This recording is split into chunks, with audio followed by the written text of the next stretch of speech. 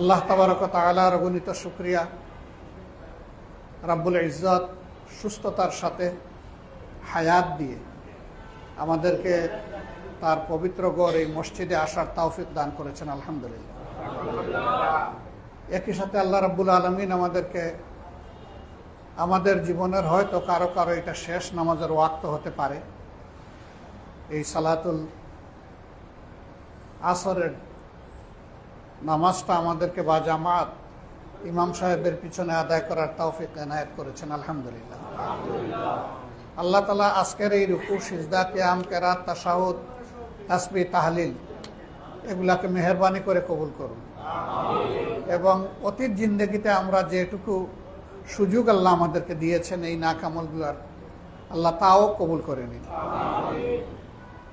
সম্মানিত ভাইয়েরা, আমরা যে কয়েকজন লোক আজকে এই মসজিদে সালাত আদায় করেছি, তার আশেপাশে অবস্থানরত মানুষের সংখ্যা, যারা নিজেকে মুসলমান বলে মনে করেন, তাদের প্রকৃত সংখ্যাটা আজকে মসজিদে হাজিরার চেয়ে অনেক বেশি। অনেকে আসতে পারেন নাই, হয় তিনি ব্যবসায় ব্যস্ত, না হয় তিনি গল্পে ব্যস্ত, অথবা তিনি একেবারেই অবলীলায় সময়টা কাটিয়ে দিচ্ছেন।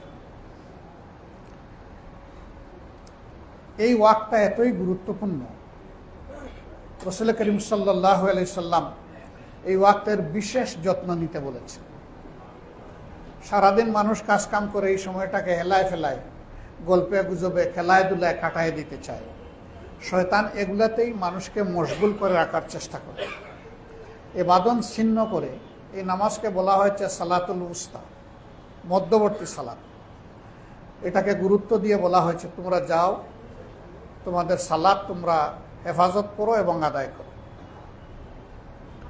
মুমিনের ৮টি বৈশিষ্ট্য কালামে হাকিমে বলা হয়েছে, যেটা থাকলে মানুষ আল্লাহ তাআলার কাছ থেকে মাগফিরাত, রাহমা, আল্লাহ তাআলার রিজাই এবং আখের প্রিয় মাবুদের জান্নাত পাওয়ার আশা করতে পারে। এর মাঝে একটা হচ্ছে সালাতের হেফাজত করা, যেন তেনভাবে সালাত আদায় করা নয়। এ সালাত একমাত্র ইবাদত যেখানে বান্দা গোলাম হিসাবে তার মাবুদের শানে মাথাটা লুটাইয়া দেয়। বাকি কোনো ইবাদতে এই সিস্টেম নাই। মাথা লুটানোটা অর্থাৎ নিজের সমস্ত আমিত্বকে খতম করে দিয়ে নিজের পূর্ণ আনুগত্য আল্লাহ তাআলা স্বীকার করে নেওয়ার ঘোষণা। এই সেজদা নিয়েই তো মারামারি হয়েছে ইবলিসের সাথে। আল্লাহ রাব্বুল আলামিন সমস্ত জাত পয়দা করার পরে মানুষকে পয়দা করলেন, তারপরে তিনি মেহেরবানি করে ফেরেশতাদেরকে তলব করলেন, সেই সাথে জিন জাতির সর্দার ইবলিসকেও তলব করলেন তাদের প্রতিনিধিত্ব করার জন্য। আল্লাহ হুকুম করলেন যে মানুষ আমি পয়দা করেছি, আমার বিশেষ প্রয়োজনে সম্মান দিয়েছি সমস্ত সৃষ্টির উপরে, তোমাদের দায়িত্ব এখন এই মানুষকে সম্মান করা, সেজদা করা। ফাসাজাদু ইল্লা ইবলিস, সবাই করলো কিন্তু ইবলিস করলো না। আবা ওয়াস্তাকবার, অস্বীকার করলো এবং অহংকার প্রদর্শন করলো। আল্লাহ তাআলাকে সে যুক্তি তুলে ধরলো, হে আল্লাহ, তুমি তো মেহেরবানি করে আমাকে আগুনের শিখা থেকে পয়দা করেছ। আরে মানুষ পায়ের নিচে যে মাটি থাকে, সেই মাটি থেকে তারে পয়দা করেছ। এখন উন্নত শিরের এই শিখা অবনত পায়ের তলার মাটিকে কি সম্মান করবে? কি যুক্তিপূর্ণ কথা থাক। সমাজে অনেকে বলে যেটা যুক্তি এটাই সত্য। যদি যেটা যুক্তি এটাই সত্য হয়, তাইলে শয়তানের কথাও সত্য। সব জায়গায় যুক্তি দিয়ে সত্যকে ধারণ করার, গ্রহণ করার সুযোগ নেই। বুঝতে হবে যে আমার জ্ঞান যতটুকু সীমা পর্যন্ত পৌঁছতে পারবে না, সেই সমস্ত কিছু জুড়ে আল্লাহ তাআলার জ্ঞান আছে। তিনি সব কিছুকে তার জ্ঞানের রাজ্যে ধারণ করেন। আমার এই বুঝই নাই সত্য মিথ্যাকে পুরাপুরি পরখ করার যুক্তি দিয়ে, সুতরাং কিছু বিষয়ে ওখানে যুক্তি চলবে না।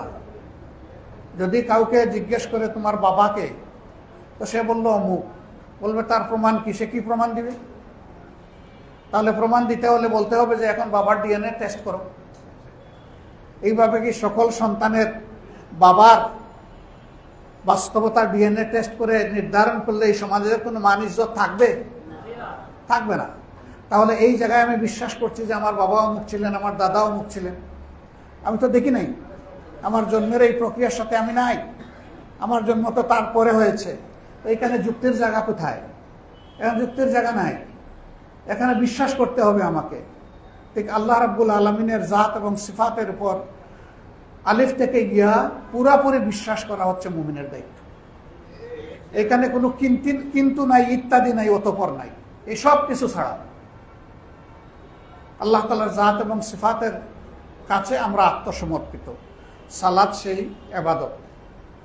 বান্দা সেজদায় উঠাইয়া পড়ে বলে, আল্লাহ জানি তো না তোমার গোলামকে দ্বিতীয় সেজদার মতো হায়াত তুমি রেখেছো কিনা। যদি এই সেজদা পর্যন্তই আমার হায়াত হয়, তাহলে মাথাটা উঠানোর আগে তোমার গোলামটারে আল্লাহ তুমি ক্ষমা করে দাও। আমি তোমার ক্ষমার সুসংবাদ নিয়ে তোমার কাছে আসি। এইভাবে প্রতিটি সালাতে মুমিন বান্দা যখন দাঁড়ায়, মন খুলে তার আল্লাহর সাথে কথা বলে, যখন এই সালাতটা জামাতে অনুষ্ঠিত হয়, তখন ইমাম সাহেব তার মুক্তদিদের পক্ষে আল্লাহর কাছে সুপারিশ করে। আমরা যে সূরা ফাতিহাটা পড়ি, এইখানেই তো আল্লাহর কাছ থেকে সব আমরা চেয়ে নিচ্ছি। আল্লাহ তাআলার প্রশংসা করি, তারপরে আল্লাহর কাছে চাই, আল্লাহ হেদায়েত দেও, আল্লাহ তাদের মতো দেও যাদের উপরে তুমি রহম করেছো, আল্লাহ তাদের মতো আমাদের করো না যাদেরকে তুমি অভিশপ্ত করেছো, গুমরাহ করেছো। চমৎকার চমৎকার দোয়া করে আমাদের সালাত শুরু হচ্ছে। তারপরে যত আয়াত তেলাওয়াত করা হয়, পড়তে পড়তে আল্লাহ তাআলার শান আর গোলামের গোলামি এ দিয়ে ভরা থাকে এই সালাত। কি মজা!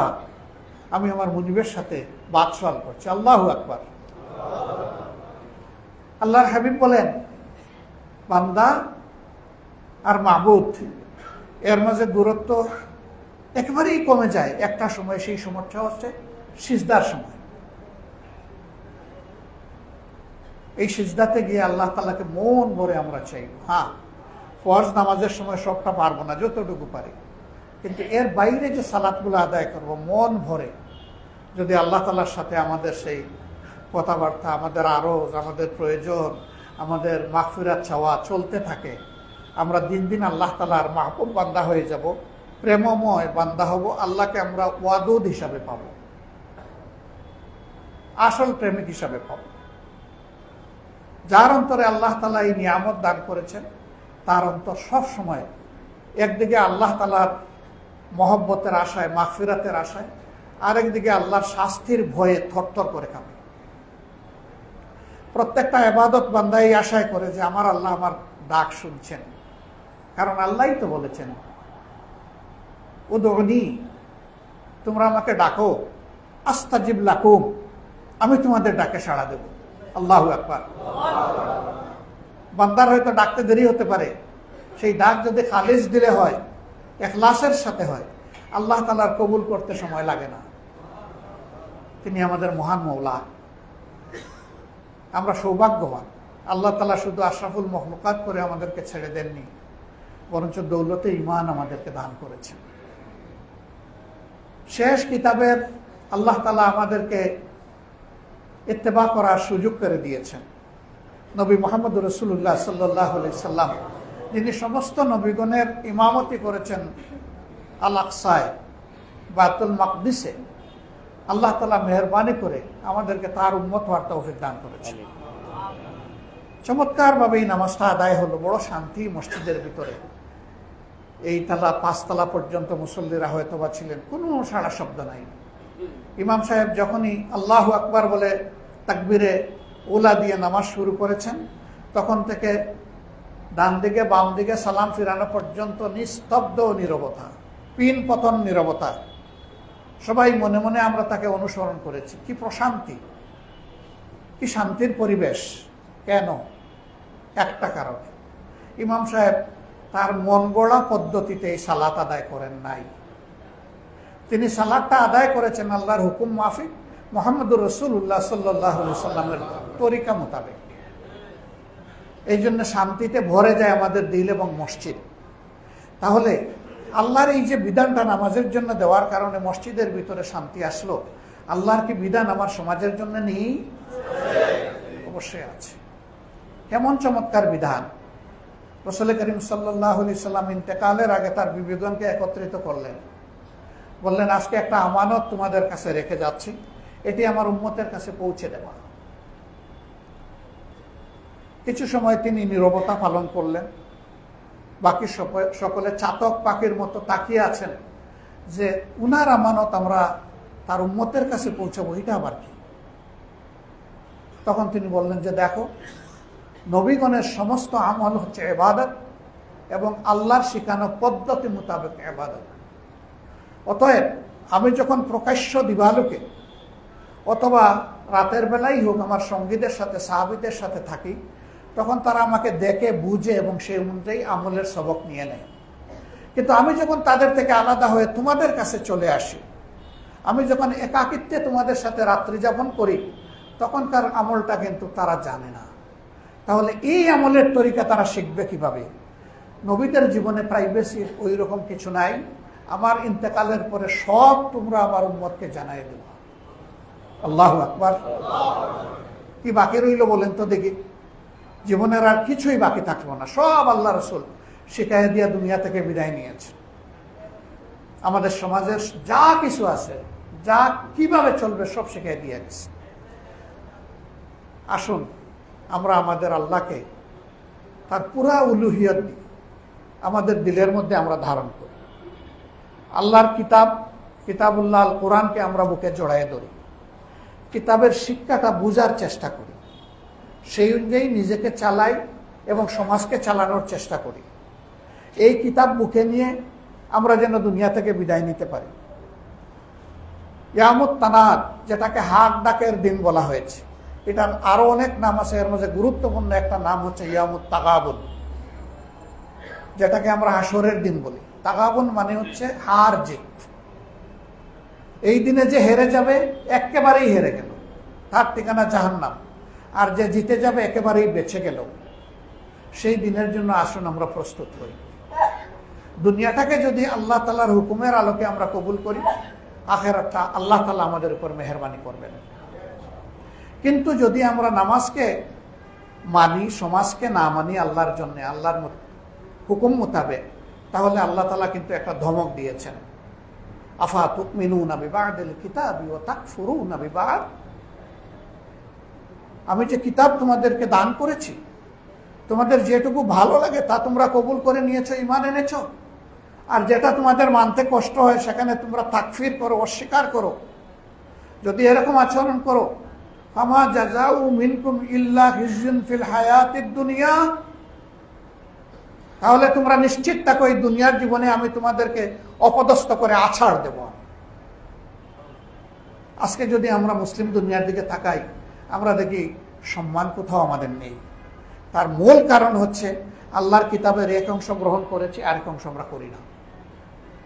এই এখতিয়ার আল্লাহ আমাদেরকে দেননি। এরপরে বলেছেন আসো আখিরে আমার কাছে ফিরে আসতে হবে।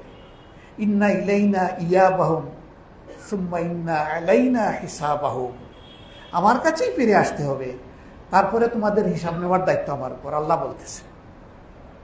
সেই দিনকার হিসাব যার আল্লাহ কড়ায় গন্ডায় নেবেন তার নিশ্চিত ঠিকানা জাহান্নাম। আর যার প্রতি আল্লাহ সদয় হয়ে হিসাব ইয়াসিরা, সহজ হিসাব নসিব করবেন, সে বেঁচে যাবে আলহামদুলিল্লাহ। সেই বেঁচে যাওয়ার জন্যই তো আল্লাহকে মানতে হবে জীবনের সকল ক্ষেত্রে। এতটুকুই আপনাদের কাছে আমার আরজ। এই কথায় কেউ কষ্ট হয়ে থাকলে আমাকে ক্ষমা করবেন। আমি যা বুঝেছি আপনাদের সামনে পেশ করেছি। যদি এই কথার মধ্যে আল্লাহ তাআলা কোনো ফালাহিয়াত রেখে থাকেন, আল্লাহ তাআলা যেন আমাদের সবাইকে দান করেন এবং সবার আগে যেন আল্লাহ আমাকেই আমল করার তৌফিক দান করেন। কারণ আমার মুখ দিয়ে আজকে এই কথাগুলো প্রথম বের হয়েছে। হয়তো এই কথাগুলো বারবার আপনারা শুনেছেন। যাদের মুখ থেকে শুনেছেন আল্লাহ তাআলা তাদের সকলকে আমল করার তৌফিক দান করেন। সম্মানিত ভাইয়েরা, আসুন নামাজ অনুযায়ী আমরা সমাজটাকে গড়ে তুলি। আমি শেষ একটা সূরা তেলাওয়াত করে আপনাদের কাছ থেকে আজকের মতো বিদায় নিব। রাসূল মকবুল সাল্লাল্লাহু আলাইহি সাল্লামের সাহাবীগণ পরস্পরের সাথে দেখা হলে বিদায়ের আগে অথবা যে কোনো এক সময় এই সূরাটা পরস্পরকে তেলাওয়াত করে শোনাতেন। বিসমিল্লাহির রহমানির রহিম ওয়াল আসর ইন্নাল ইনসানা লাফি খুসর ইল্লাল্লাযীনা আমানু ওয়া আমিলুস সালিহাতি ওয়া তাওয়াসাউ বিল হক ওয়া তাওয়াসাউ বিস সাবর। সাদাকাল্লাহুল মাওলানাল আযীম। আল্লাহ তাআলা ইরশাদ করছেন, কি বলছেন? ওয়াল আসর, সময়ের কসম, ইন্নাল ইনসানা লাফি খুসর, সমস্ত মানুষ ক্ষতির মধ্যে নিমজ্জিত। তারা ছাড়া যারা বিপদে আপদে সংকটে মুসিবতে পরস্পরকে হকের এবং সবরের উপদেশ দেয়, হকের উপর দৃঢ় থাকো আর আল্লাহর উপর সবর করো, এরা শুধু বেঁচে যাবে, বাকি সবাই ক্ষতিগ্রস্ত হবে। আল্লাহ তাআলা পারস্পরিক জীবনে, সাংসারিক জীবনে, সামাজিক জীবনে হকের উপর আমাদেরকে টিকে থাকার জন্য পরস্পরকে পরস্পরের বন্ধু এবং সঙ্গী বানিয়ে দিন। আমরা সবাই মিলে একটা আল্লাহওয়ালা সমাজ গড়ার দিকে এগিয়ে যাই। এ জীবন থাকবে না। মায়ের পেট থেকে একবার বের হয়েছি, কবরের পেটে একবার ঢুকে যাব। তাও যদি কিসমতে থাকে, যদি এটাও না থাকে, কোথায় আমাদের ঠিকানা হবে আমরা জানি না। বহু জায়গায় প্লেন ক্রাশ হয়ে মানুষ মারা যায়, তাদের শরীরের একটা কণাও খুঁজে পাওয়া যায় না। পরপর 8 মাসের ভিতরে মালয়েশিয়ার 2টা বিখ্যাত বিমান আজ থেকে 6 বছর আগে এরকম ক্রাশে পড়েছে। আজ পর্যন্ত তারা একটা দুলাবালীয় বিমানের আবিষ্কার করতে পারে নাই যে এটা কোথায় আছে। আল্লাহ তাআলা যেন আমাদেরকে খাতিমা বিল খায়ের নসিব করেন, অর্থাৎ দুনিয়া থেকে আমাদের বিদায়টা যেন ভালোর উপরে হয়, আল্লাহ তাআলার সন্তুষ্টি এবং পছন্দের উপরে হয়। প্রিয় বাংলাদেশকে আল্লাহ তাআলা কোরআন দিয়ে সাজিয়ে দিন, আর এই সাজানোর কাজটা আল্লাহ আমাদের সবাইকে দিয়ে করেন, এই দোয়া। আসসালামু আলাইকুম ওয়া রাহমাতুল্লাহ।